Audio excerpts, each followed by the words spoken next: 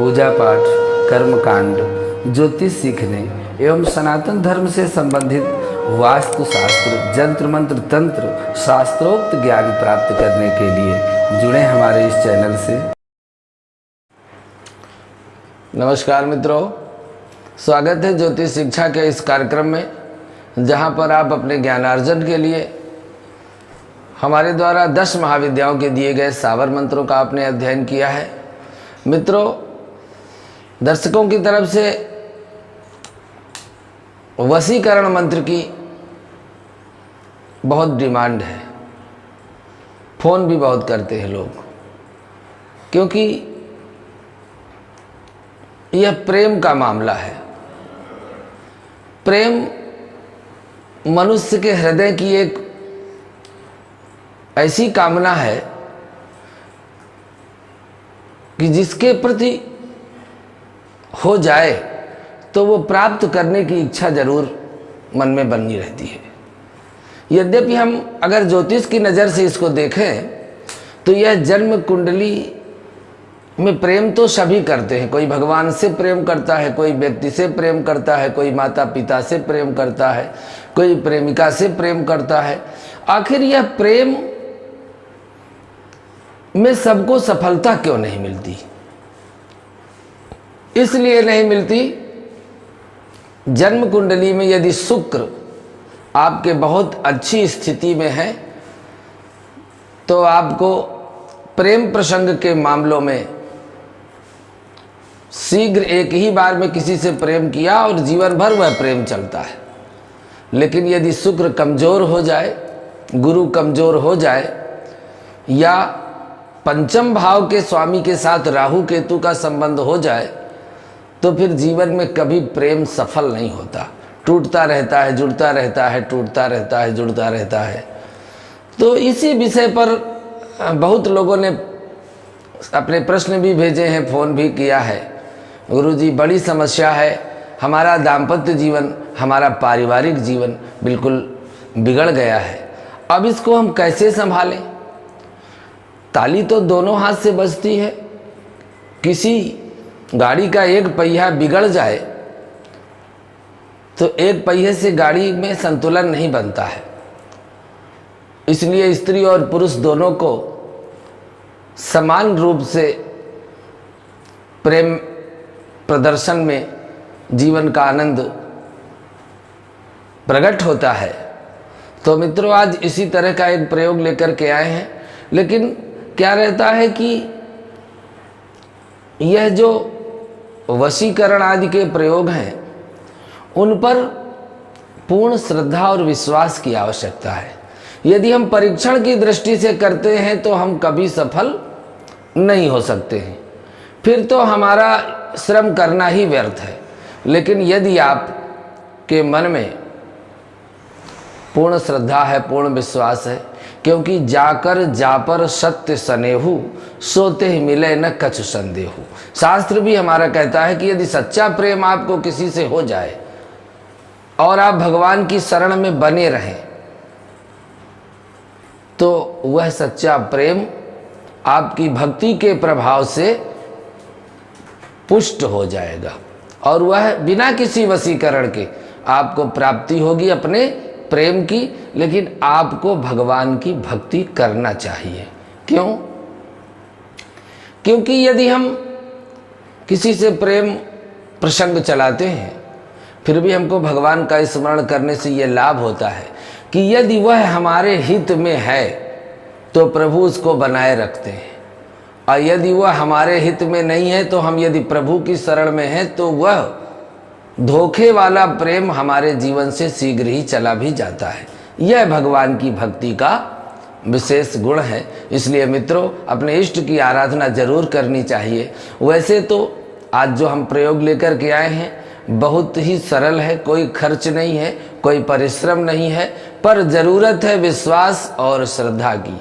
क्योंकि देवता, गुरु, पिता, माता, इन पर यादृशी भावना जस्य सिद्धिर भवति तादृशी। वैद्य में, डॉक्टर में, गुरु में, आचार्य में, पिता माता में जैसी हमारी भावना होगी वैसा ही रिजल्ट हमें मिलेगा। इसलिए कभी यदि मन में अविश्वास उत्पन्न हो तो इस प्रयोग को आप बिल्कुल ना करना। यह प्रयोग केवल उनके लिए है जो भगवान शिव के परम भक्त हैं। प्रातःकाल अपने नित्य कर्म से निवृत्त होकर के सर्वप्रथम भगवान सूर्य को जैसे भी आप जल देते हैं वैसे ही देना है, नहीं देते हैं तो भी आपको प्रातः जल देना है। प्रार्थना करनी है कि प्रभु हमारे इस प्रेम प्रसंग को पुष्टि प्रदान करें, और यदि हमारे जीवन में इससे हित होना ही है तो आप इस प्रेम को जोड़ दें। ऐसी प्रार्थना करने के उपरांत में एक बेल के वृक्ष पर जाए, दाहिना हाथ बेल की शाखा में रख दें। बेल में भगवती लक्ष्मी का वास है। प्रार्थना करें कि हम अपने प्यार को, प्रेम को पाने के लिए आपके पास आए हैं, और याचना करके एक बेलपत्र वृक्ष से मांग करके ले आइए। ध्यान ये रखना है कि वह बेलपत्र की पत्तियां थोड़ा बड़ी हों, जिससे कि उसमें लिखने में आसानी हो। बाजार से लाल चंदन या रोली ले आइए, और रात्रि के 11 बजे के उपरांत 2 बजे के पहले अपने बिस्तर में ही बैठ करके उस बेलपत्र पर, यदि आप स्त्री हैं तो पहले अपना नाम लिखिए और फिर नीचे अपने प्रेमी का नाम लिखिए, पूरा पूरा जैसा लिखते हैं। यदि आप पुरुष हैं तो पहले अपना नाम लिखिए, फिर नीचे स्त्री का नाम लिखिए। यदि आप लड़का हैं तो पहले अपना नाम लिखिए, फिर नीचे लड़की का नाम लिखिए। और यदि कोई लड़की करना चाहे तो पहले ऊपर अपना नाम लिखे, फिर नीचे जिसको पाना है उसका नाम लिखें। और साफ साफ अक्षरों में तीनों पत्तियों में बेलपत्र की, इसीलिए बड़ी बेलपत्र लाने के लिए हमने संकेत किया है, तीनों पत्तियों में यह नाम लिखना है।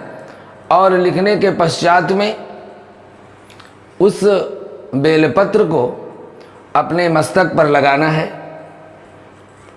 अपने दोनों नेत्रों पर स्पर्श करना है, अपने हृदय पर स्पर्श करना है, और अपनी दोनों भुजाओं पर स्पर्श करना है। इसके उपरांत में स्पर्श करते समय मंत्र पढ़ना है, ओम शिवाय नमस्तुभ्यम, ओम शिवाय नमस्तुभ्यम। इस मंत्र का 108 बार जप करना है, अथवा ओम नमो भगवते रुद्राय। दोनों मंत्र लिख करके हम आपको दे देंगे। ओम नमो भगवते रुद्राय 108 बार इस मंत्र का जप करते हुए उस बेलपत्र को अपने तकिया के नीचे रख दीजिए और सो जाइए। अद्भुत प्रयोग है, एक ही बार में सफल होता है। ज्यों ही आप सवेरे जगेंगे आपकी कामना की सूचना आपको किसी भी माध्यम से जरूर प्राप्त होगी, इसमें कोई संदेह नहीं है। विश्वास और श्रद्धा से आप इसको करें और इसका लाभ उठाएं। आपके जीवन में सुख शांति बढ़े, आपका प्रेम आपका प्यार जागृत हो, आपको मिले, आपके दाम्पत्य जीवन में शुभता प्राप्त हो। इसको जिनके पति पत्नी के प्रेम नहीं है, या कोई अलगाव हो गया है, या कोई दूरी हो गई है, वो भी इस प्रयोग को कर सकते हैं। यह 100% कामना को पूर्ण करने वाला प्रयोग है। बस जरूरत है सच्ची श्रद्धा, सच्चा विश्वास। यदि आप इसी विधि से इसको कर लेते हैं तो एक ही बार में आपको सफलता मिल जाएगी, दोबारा नहीं करना पड़ता। किंतु यदि किसी कारण बस क्रिया में कोई अपवित्रता हो, कोई त्रुटि हो, भाव में कोई विशोक हो, तो आप इसको लगातार सोमवार ही करना है। लगातार आप कर सकते हैं, 11 सोमवार करना है। वैसे तो एक ही सोमवार में आपकी कामना पूरी हो जाएगी। यह अद्भुत प्रयोग है।